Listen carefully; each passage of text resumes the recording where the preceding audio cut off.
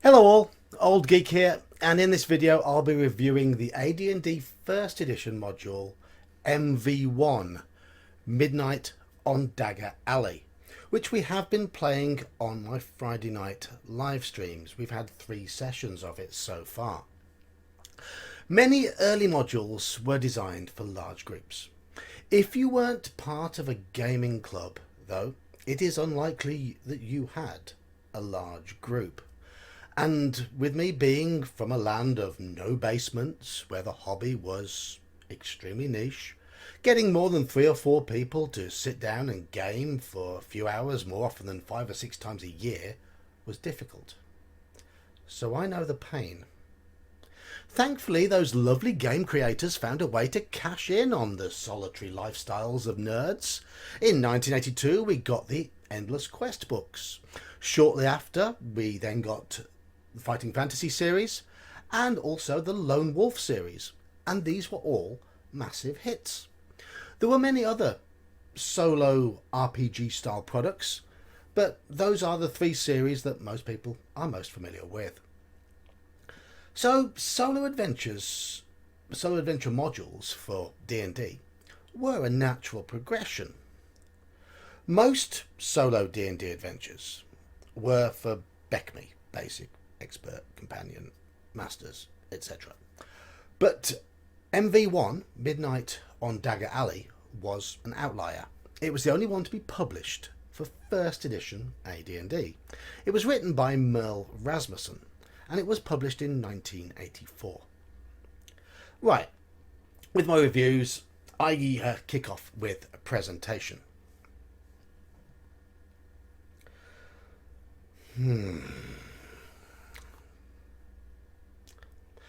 For your hard-earned money, you got the usual card outer sleeve, a magic viewer, more on that later, some large fold-out maps, and an 8-page adventure book.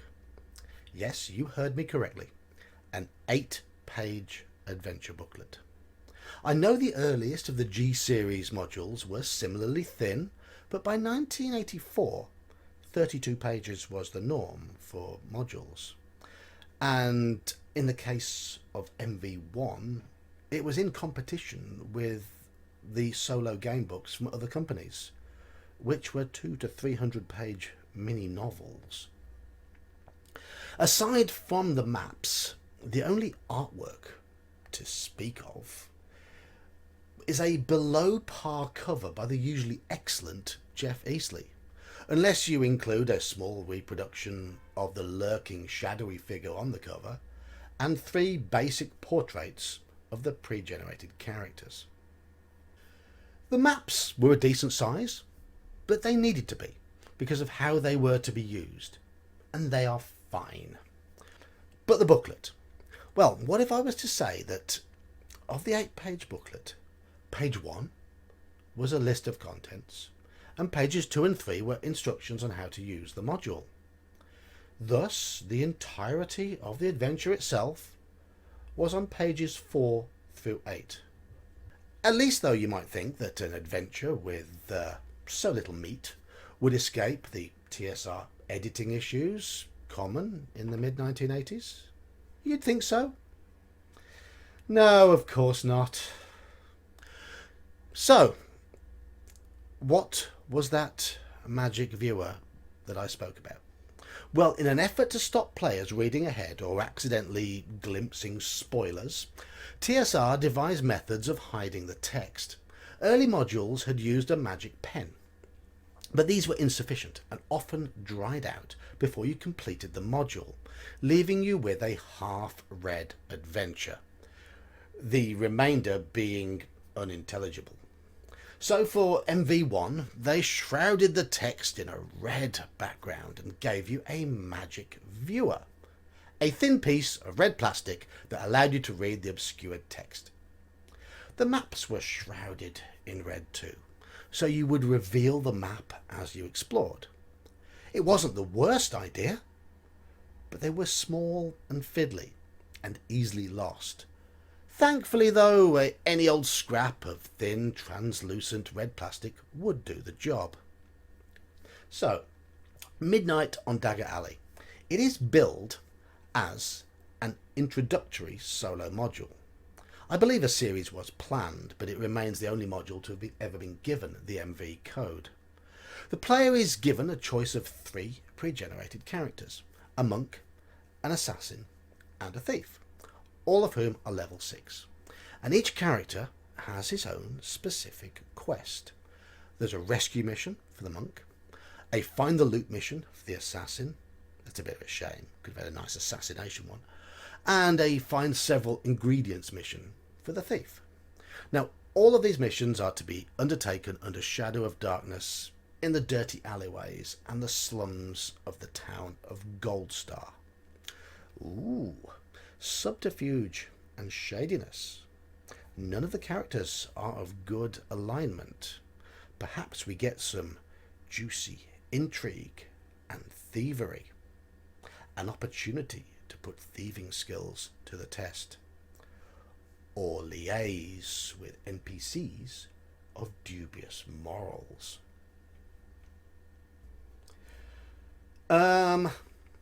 Nope, not really. Essentially, you move around the squares on the city map, going in and out of repetitive buildings or up and down the insane amount of trapdoors, getting into occasional fights, rolling random encounters until you either die or find what you need to find. Text descriptions are lacking, to put it mildly. They are short, bland, repetitive, and inadequate. Devoid of anything that might resemble atmosphere.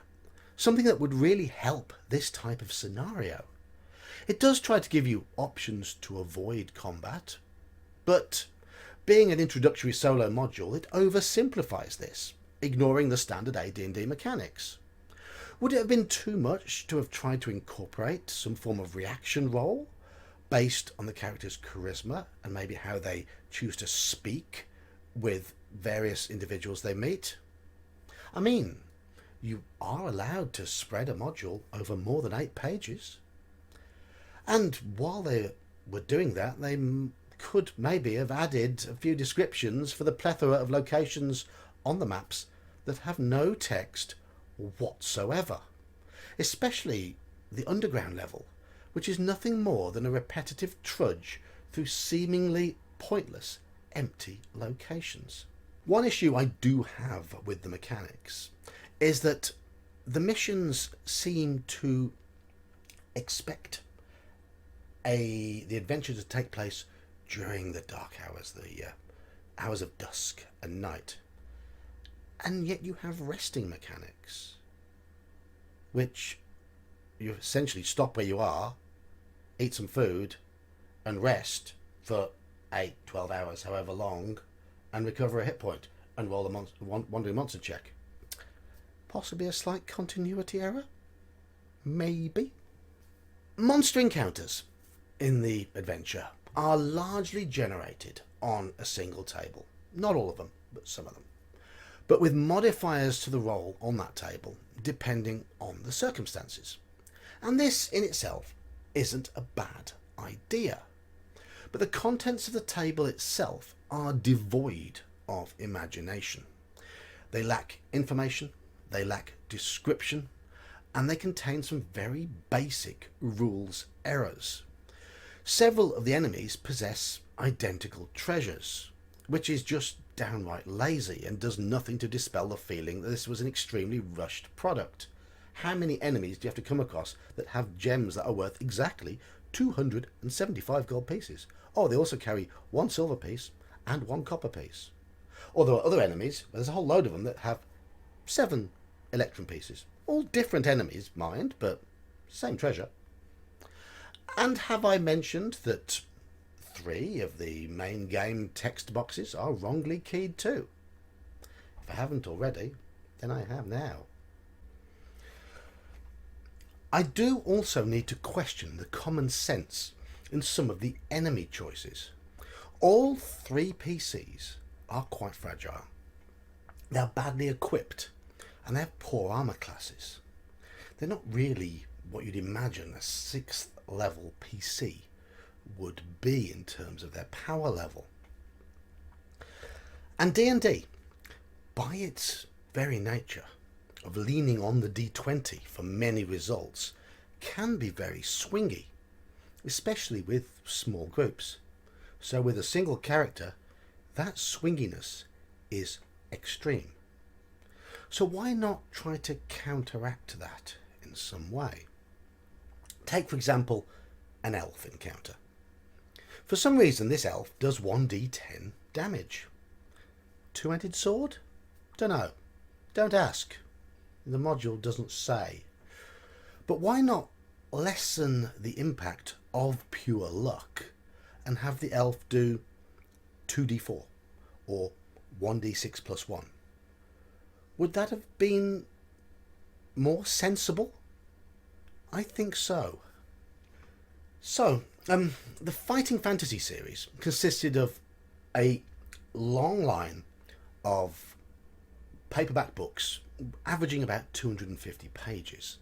Most of these had 400 text entries. Now, I know errors crept into them from time to time, but they were rare. Typos were few and far between. To me, it is very sad that the one single attempt at a solo adventure for AD&D, my favourite game from the 80s, was so sloppy by comparison. Yes, I know it's a different beast to create an adventure for, but to make 3 glaring continuity errors and numerous typos in a product that is a fraction of the size of a fighting fantasy book is just unforgivable. So, Midnight on Dagger Alley, it's devoid of atmosphere. It's woefully short. It's badly written. It's lazily put together. And clearly any editing process was hand-waved away. Does it have any redeeming qualities? Well, the Magic Viewer was an improvement on the Magic Pen. That's for sure. The map itself is rather ingenious. There's a lot of freedom of movement in 3 dimensions. There are 4 layers to it. You don't just go north, south, east, west. There's lots of places to go up and down. And then there's the way it's designed. The monk character is better suited to moving athletically across the rooftops. The other 2 PCs, having elven blood, can slink through the underground level. Also, it must be commended for attempting to create some replayability by giving a choice of 3 pregens, each with their own distinct goal.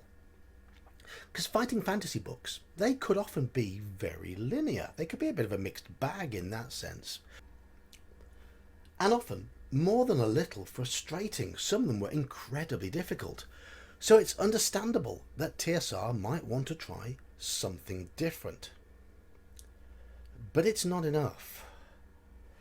MV1, Midnight on Dagger Alley, was a very poor product.